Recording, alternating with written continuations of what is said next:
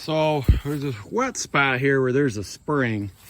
Every time I walk by it, it starts exactly right there and it flows downhill. So I was thinking about an easy way to start. So I dug around in here and starting to try to develop this spring. And I think I actually found the spring. I think that's probably it. So that's actually not a bad flow, I think. If I can pool this, get this to pool, get enough of a depression so there's a reserve here. So when the cows come to drink, that there'll be some water here. So I'm making a dam. I put some branches down, some logs, and then just fill in the muck over there.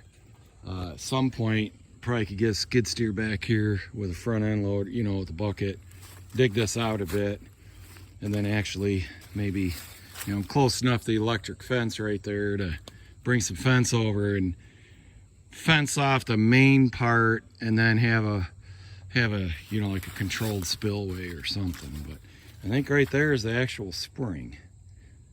So come back tomorrow or whenever and see how much water is actually in here.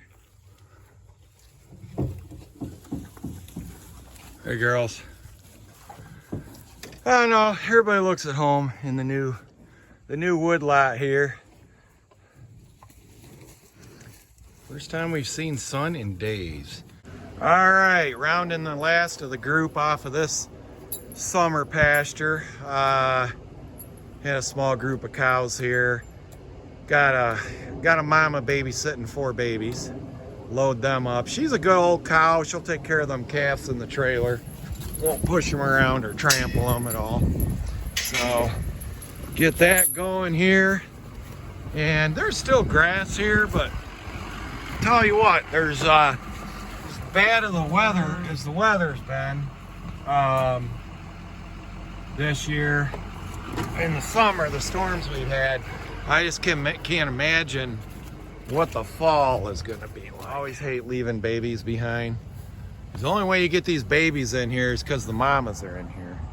And it took me 3 hours to get the babies to come in. The mamas are all trained, they come right in.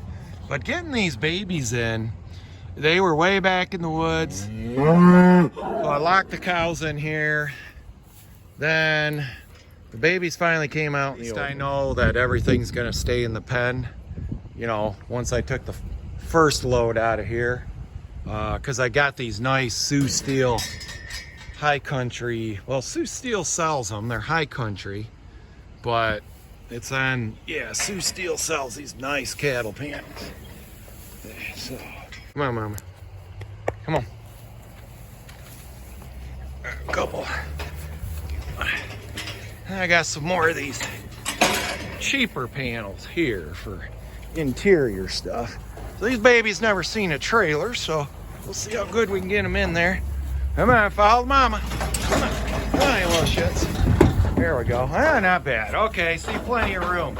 Always worried about them getting trained. Well, this is good. The cows are all right here, so this should be good. They won't have to go looking too far for their mamas. There you go. Hey, jumped right out of there. No problem.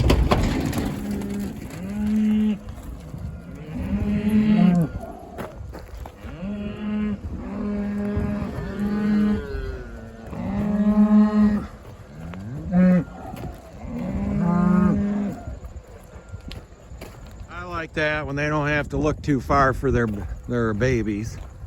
The main herd was pretty close to the gate right here, so that's all good. Well, that's interesting. I brought her here 3 days ago, and she was supposed to be open. And she looks like she has nothing in her bag, but that calf is, I guess that calf's nursing. So, how often are these vets wrong then? I mean, is it calf actually? That's one of the calves I just brought. I brought her over here 3 days ago. And she doesn't look like she has anything there, but this calf is nursing. But she don't look like she wants to stand. I don't get it. Yeah, she was preg checked as open. When you look at her, you can't even tell there's anything there, but yet she's got a... So I brought her off that pasture when I took the bull off that pasture, because I was like, well, that's not one of her calves. But I don't know, maybe there's... I guess when they're unsupervised out on pasture, you lose track. You don't really know whose calf is who anyways. And I had twins at that pasture last year.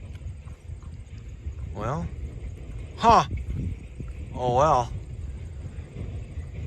Which I'm happy that she had a calf. But hell, I mean, she has no bag whatsoever, and that calf is still nursing. So that is her calf. He's been without his mama for 3 days. Not a big deal. They're a couple months old, so would be a big deal prolonged. Definitely too young to wean. And I weighed her. I ran her over the truck scale. She's 1,280 pounds, which I was surprised she was that big. And I kept her. She's only what is she, 3-year-old, 4-year-old? So, you know, I'm gonna give her another chance to breed, which is a good thing I kept her. She's pregnant. Just rolling up this poly wire that I had to kind of create a funnel for them into the pen. Here's the rich boy's cutout switch. Here's the poor boy's cutout switch. Call it my fence bobber. The worst part about rounding the cattle up when you're out on faraway pastures like this is moving these cattle panels. Each one of those is about as much as one person can really lift. Well, this is really a nice surprise. This is that little spring that I just, you know, hand dug this out. Nice clean water, you can see there. See right to the bottom. And it's got a little spillway over here. So that's a good amount of water, really. That might be a, you know, I'm looking at a winter supply out here, really, is what I'm looking for. So I'm thinking about bale grazing in this wood lot. Be a really good wintering area. A lot of thermal cover. And I've heard a lot of people say that the cattle will find springs when you turn them out on a new piece of ground if the springs are there. And right here, sure enough, I think that's a spring right there. I've walked over this spot many times and never saw water here. But after them being in here a few days, look at that.